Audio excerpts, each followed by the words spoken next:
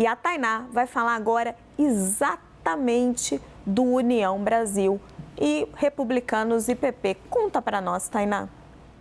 Raquel, é interessante porque esses três partidos, eles estão muito alinhados no discurso de dizer que não tem como passar, pelo menos até o momento em que eu estava na Câmara dos Deputados, até umas 4h30 da tarde, não tem consenso, né? As lideranças dizem nessas frentes. Isso, União Brasil, para dar um exemplo. Hoje eu encontrei o Elmar Nascimento, que a gente falava agora há pouco. O Elmar, que é líder do União Brasil na Câmara dos Deputados, muito próximo do Arthur Lira, indo em direção à liderança do governo para uma reunião com José Guimarães, provavelmente para tentar desatar esse nó. Conversei um pouco com ele sobre isso, né? E aí ele me falava, olha, a gente não tem como garantir votação, não tem nada definido, nem que vota assim, nem que vota assado. Aí eu fui além, né? Questionei. E os ministérios, deputado? E ele me faz uma recordação, né? Os ministérios é um problema da composição inicial. Quer dizer, né? O União Brasil, na Câmara dos Deputados, ele não atende a bancada federal, ele não atende o Elmar Nascimento, portanto, ele não atende o Arthur Lira, ele atende o Davi Alcolumbre do Senado Federal. Esse é um erro que o União Brasil vem apontando e vem arrastando isso há muito tempo, que agora a gente está vendo se refletir nas votações. Republicanos, da mesma forma, né? Não tem entrada no governo, mantém essa versão, mas tem diálogo com o governo. Hugo Mota é considerado um líder mais moderado, que tem entrada no governo federal, é procurado para esse tipo de conversa, mas o problema é que na bancada não há essa boa vontade de passar essa MP. No PP de Arthur Lira, a mesma coisa, a gente tem, o Arthur Lira pode até estar trabalhando para isso, mas lembrando que tem na presidência do partido o Ciro Nogueira, ex-ministro do Jair Bolsonaro, para a gente entender como é a problemática desses partidos que podem sustentar essa votação. E aí, mais uma vez, Raquel, a gente sempre hoje, durante o dia, colocando em questão, mas tem risco mesmo dessa MP não passar?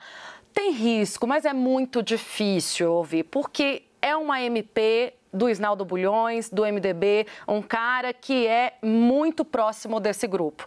Então, dificilmente, e com gestos que o governo vem fazendo, com a liberação de recursos, né, com as promessas, com a possibilidade de entrada direta do Lula na articulação, ainda vista, né, com certa desconfiança, ainda assim é um risco, mas a gente vê que há uma boa vontade, um caminho sendo construído para que essa MP passe. É muita pressão em cima do governo. Pode até passar, eu ouvi de uma outra liderança da base hoje, olha, tudo bem, a gente, aos trancos e barrancos, pode passar o relatório do Isnaldo Bulhões hoje, mas lembrando que o governo vai ter dificuldade em outras pautas se não arrumar todas essas demandas. As demandas que vão crescendo, né, Raquel? Você falou de recursos, tem os cargos segundo e terceiro escalões. Hoje eu já ouvi até de lideranças que não estão se sentindo contempladas, porque às vezes o ministro vai falar direto com o deputado, às vezes ministros do partido da base que visitam o Estado e não avisam os parlamentares, ou seja, as demandas do Congresso, elas vão se avolumando. Então o governo vai ter que trabalhar bastante para arrumar isso aí. Vai ter, Tainá. Nossos repórteres nos avisam que o presidente da Câmara, Arthur Lira, acaba de sair da residência oficial e a gente ainda não sabe se ele foi para o Planalto ou se ele foi para o Congresso, mas estamos de olho, temos repórteres nos dois pontos. Assim que ele chegar em algum desses dois lugares, a gente avisa vocês. Tatiana, começo com você agora. Até vou pedir a Natália para botar em tela de novo aquela arte que a gente colocou da teoria e da prática entre o que é base, o que é oposição, o que é independente. E eu queria a sua leitura. O que essa arte te diz sobre essa diferença brutal entre base no papel e na prática, independentes no papel e na prática? Primeiro, que eu queria só falar uma coisa. Impressionante como até ontem a preocupação em torno dessa medida, a aprovação dessa medida, era terem desfigurado a parte ambiental, de direitos ambientais indígenas. E hoje a aflição é se essa medida provisória vai conseguir ser validada. Ou seja, né, caminhou-se para o pretenso caos, que eu também acho que não é a palavra adequada, mas para usar a palavra do presidente da Câmara, para essa situação, né? E aí, esse quadro que você mostrou, eu acho que é um quadro muito realista, né? Que a gente acabou de falar ali, que o União Brasil não vota com o PT nunca. Você mostrou um quadro também sobre a votação do marco temporal. Ali no marco temporal, eu acho que também tem muitas questões de cunho ideológico, regionais, de atender seu próprio eleitorado. Então, eu acho que ali era uma votação mais independente e menos de bloco. Mas hoje, por exemplo, que seria uma votação de bloco, o governo está nesse sufoco. Então, é que não é como a gente estava falando. Tainá falou agora de o caos que é o União Brasil. É lógico, juntou dois partidos que nunca se bicaram. Desde a campanha eleitoral, a presidencial, já estava esse problema. Como é que eles vão se articular em bloco? PSL e o... PSL e DEM, né? DEM. PSL é o partido que elegeu Jair Bolsonaro, o DEM, que, enfim, vem lá da PFL, e como é que da Arena, antiga ditadura militar. E a gente está falando de dois partidos de direita que estão hoje na base de um governo de esquerda. Sim, e que não se não tiveram essa... Parece a federação, né, dos partidos. O União Brasil parece a federação. Está junto, mas não está junto.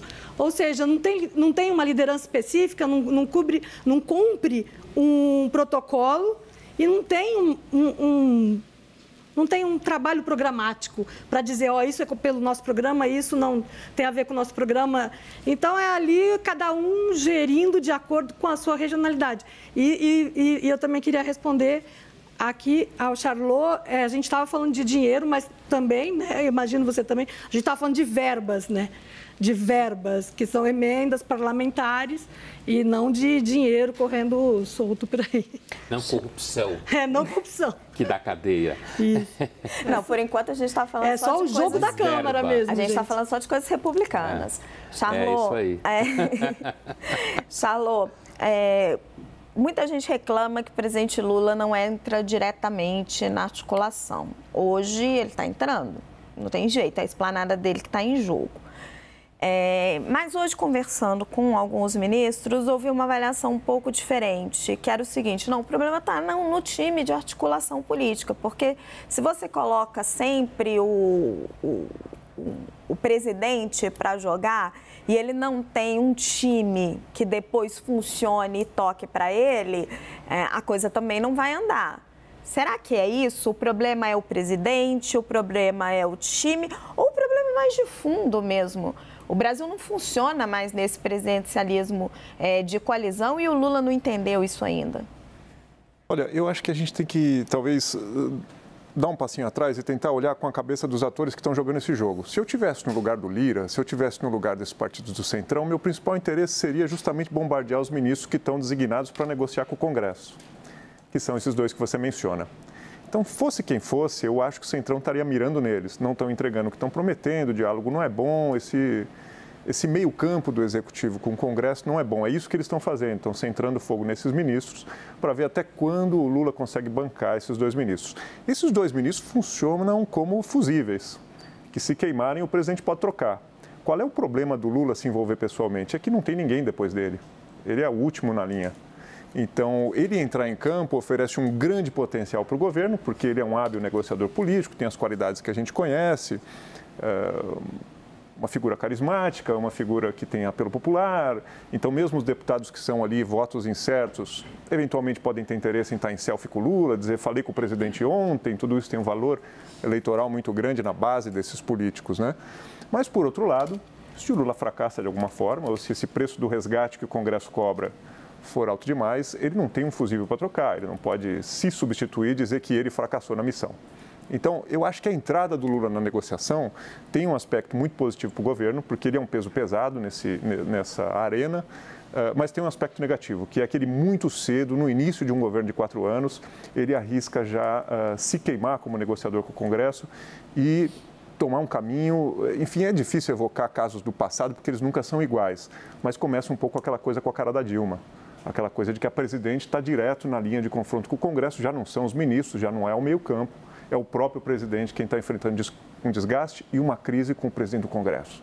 Então, se a gente lembra de Dilma Eduardo Cunha, agora a gente fala em Lira e Lula, quer dizer, será que o governo tem interesse em tão tempranamente, em tão cedo, então no início, jogar com todo o seu poder agora com o Congresso? Ou ele vai seguir negociando e tentar fortalecer esses 2 ministros para que eles continuem servindo como fusível e meio campo entre um Congresso complicado? Só para fazer um comentário a respeito do quadro que você mostrou, que tem dados interessantes, eu agrego um problema ali, porque se você pega a votação do marco temporal hoje, você tem votos contrários ao governo de parte do PSB, do PV e do PDT. Então, assim, seria fácil contabilizar como inimigos os inimigos. O problema é que você tem votações pontuais em que as pessoas, os parlamentares, se opõem ao governo, não porque sejam contra o governo, mas porque divergem da matéria. Então, além de você ter o aspecto do alinhamento ideológico, institucional e partidário, depois você tem matérias específicas onde existem interesses particulares e legítimos que fazem com que aquele parlamentar vote de forma diversa. Por exemplo, um assunto pouco comentado é que o marco temporal tem um impacto muito grande em pequenos produtores rurais, sobretudo no sul do Brasil, em Santa Catarina, que compraram terras que podem vir a ser demarcadas como terras indígenas e essas pessoas não recebem indenização. Ora, um deputado que tem origem na esquerda, no movimento sindical rural, que a base deles são os pequenos produtores rurais de Santa Catarina, não importa se ele é do PDT, do PV, do PSB. É possível que essa pessoa vote contra o interesse do governo, porque senão ele está morto politicamente. Então, não é só uma conta fixa de partidos que se alinham aqui ou ali, que já é complicado, porque grande parte da base com a qual o Lula pensa contar é de partidos que estavam com o Bolsonaro. Mas é que, além disso, tem pautas que eu acho que não são consenso nem dentro da própria esquerda. E aí o governo se complica ainda mais. Quer dizer, eu agregaria ainda uma terceira coluna naquele lugar, que é dizendo... Eu preciso te interromper, Charlot.